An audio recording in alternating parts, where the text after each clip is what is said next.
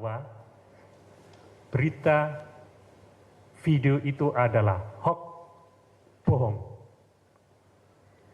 Dan kami mengetahui bahwa motif penyebaran video itu telah dilakukan secara sistematis, terstruktur, dan masif oleh orang bernama DH.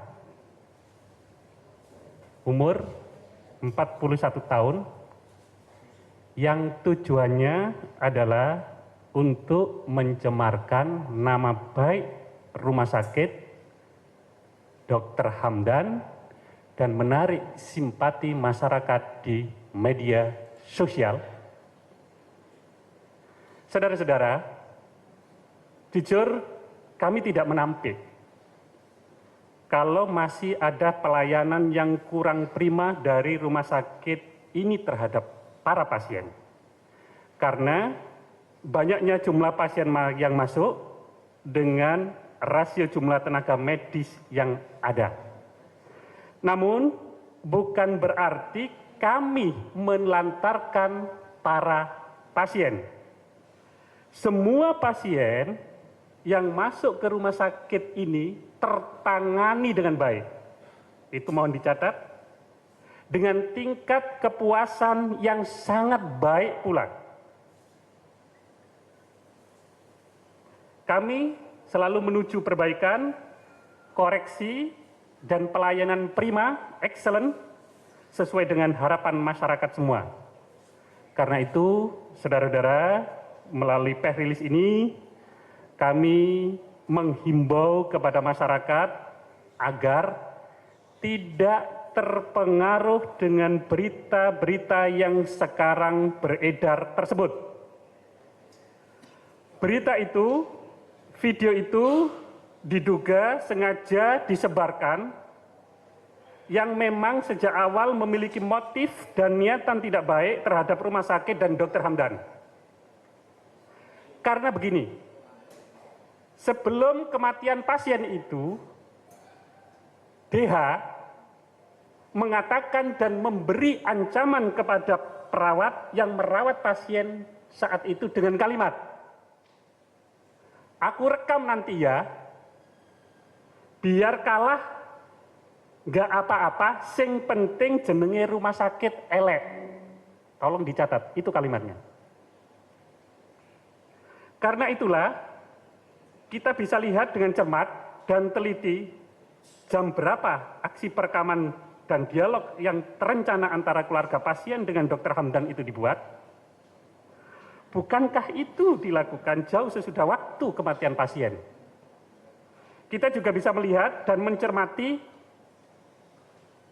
tidak ada rasa dan suasana duka berkabung yang mereka miliki, padahal yang meninggal dunia adalah ibunya.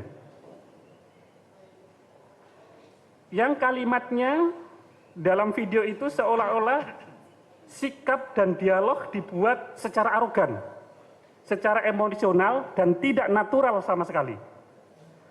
Semuanya itu nanti akan kami kaji dan kami akan teliti melalui pendekatan semiotika hukum, segala kata per kata di dalam video itu serta suasana yang mengiringi rekaman video itu dengan bantuan para ahli. Karena kami meyakini 100% video itu tidak original. Karena itu, di samping pendekatan semiotika hukum, kami juga akan minta untuk dilakukan digital forensik terhadap originalitas video itu. Perlu saudara-saudara ketahui, kami juga akan menuntut balik secara pidana kepada DH dengan pasal karena sengaja menyebarluaskan informasi elektronik yang bermuatan pencemaran nama baik seperti yang dimaksud di dalam pasal 27 ayat 3 Undang-Undang Informasi Transaksi Elektronik. Yang ancaman hukumannya saudara sudah bisa tahu, serta dendanya pun saudara bisa tahu. Kenapa rumah sakit perlu melakukan seperti ini? Jawabannya adalah sebagai pembelajaran dan penjerahan kepada yang bersangkutan dan masyarakat luas agar next lebih hati-hati, arif, dan bijaksana di dalam menulis dan memuat berita, apalagi di era digital seperti ini. Itu yang pertama. Karena itu, saudara-saudara, sekali lagi, tidak benar dan itu 100% hoax, bohong. Kalau dikatakan perawat menyuntik mayat, bohong 100%. Silakan ditulis, kebohongan, keji. Berita dan istilah perawat menyuntik mayat itu sengaja dibuat dan disebarkan agar mendapatkan simpati. Setelah sekian lama, berita-berita yang dibikin, isu-isu yang dibikin, itu tidak laku. Tujuannya apa semuanya? Simpati dan merusak nama rumah sakit dan dokter.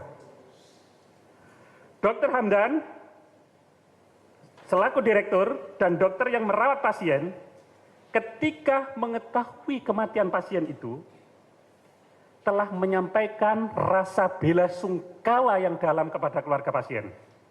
Menyampaikan empati kepada keluarga pasien.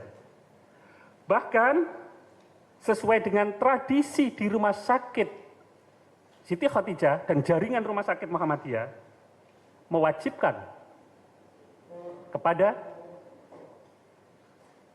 karyawan sebagai perwakilan untuk bersilaturahim, menyampaikan bela sungkawa secara langsung, bahkan takziah kepada keluarga korban. Dan itu sudah dilakukan semuanya secara sosiologis oleh rumah sakit 1 bulan yang lalu. Jadi sudah lama.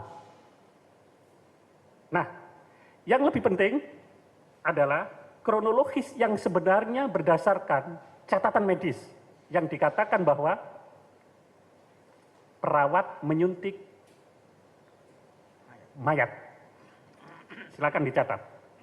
Jam 22.00 WIB, saya potong kronologis itu karena terlalu panjang, yang paling urgen. Pada jam 22.00 WIB, tanggal 21 Desember 2007 yang lalu, 2017 yang lalu, perawat membangunkan pasien yang sedang tidur untuk tujuan diberikan injeksi obat Fomseran dan OMZ. Ini obat jenis, ini obat mual muntah sama lambung, injeksi yang dilakukan oleh perawat itu. Di mana sebelum injeksi dilakukan perawat terlebih dahulu melakukan pemeriksaan nadi pasien. Perawat melakukan pemeriksaan pernafasan pasien, perawat melakukan identifikasi secara lengkap terhadap pasien. Itu dicatat, jam 22. Hasilnya bagaimana? Hasilnya adalah kondisi pasien normal. Nafas teratur, denyut nadi kuat. Jam 22.00. Karena identifikasi secara sempurna itu sudah lengkap, maka diinjeksilah 2 jenis obat tadi itu, jam 22.00 itu. Oke, lanjut berikutnya. Jam 22.20 WIB, Dr. Hamdan melakukan visit dan pemeriksaan pasien setelah injeksi dilakukan oleh perawat tersebut. Dr. Hamdan datang setelah diinjeksi itu jam 22.20. 10 menit kemudian. Ya. Dalam pemeriksaan yang dilakukan oleh beliau, nadi pasien, ini nadi pasien tek tek tek 74 kali per menit. Artinya normal. S1, S2 tunggal, artinya jantungnya normal. RH, WH minus, artinya paru-parunya normal, tidak apa-apa. Kemudian CVA, infark, artinya ada stroke, penyumbatan pembuluh darah.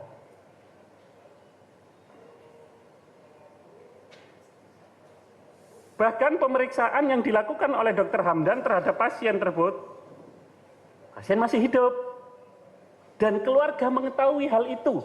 Keluarga mengetahui hal itu. Sekali lagi, keluarga mengetahui hal itu. Ditanyalah Dr. Hamdan oleh keluarga itu tentang penyakit-penyakit dan kemungkinan-kemungkinan kesembuhan untuk pasien ini. Dijelaskan sesuai dengan apa yang menjadi kompetensi Dr. Hamdan.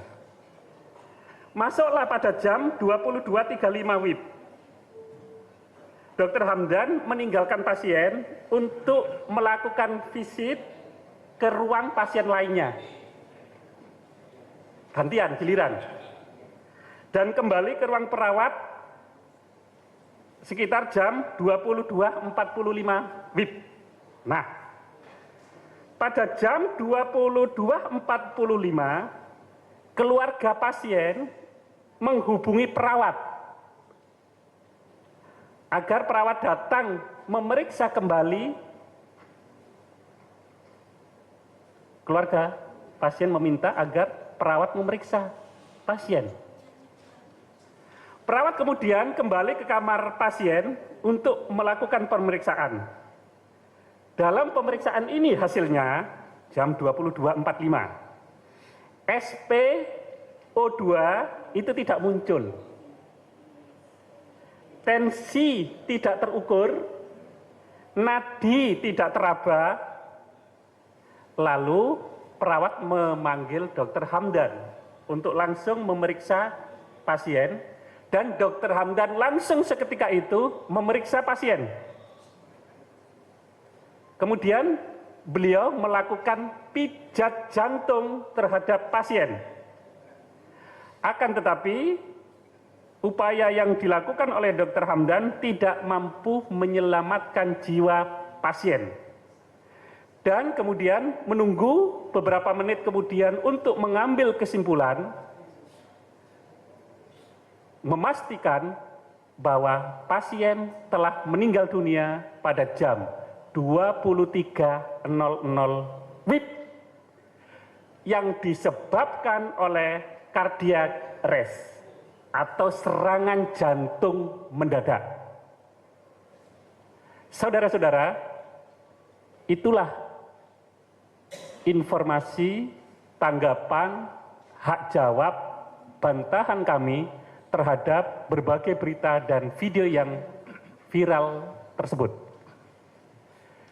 Semuanya itu kronologis saya bikin sahih, original, berdasarkan bukti-bukti dan catatan-catatan yang ada di dalam medical record. Semuanya.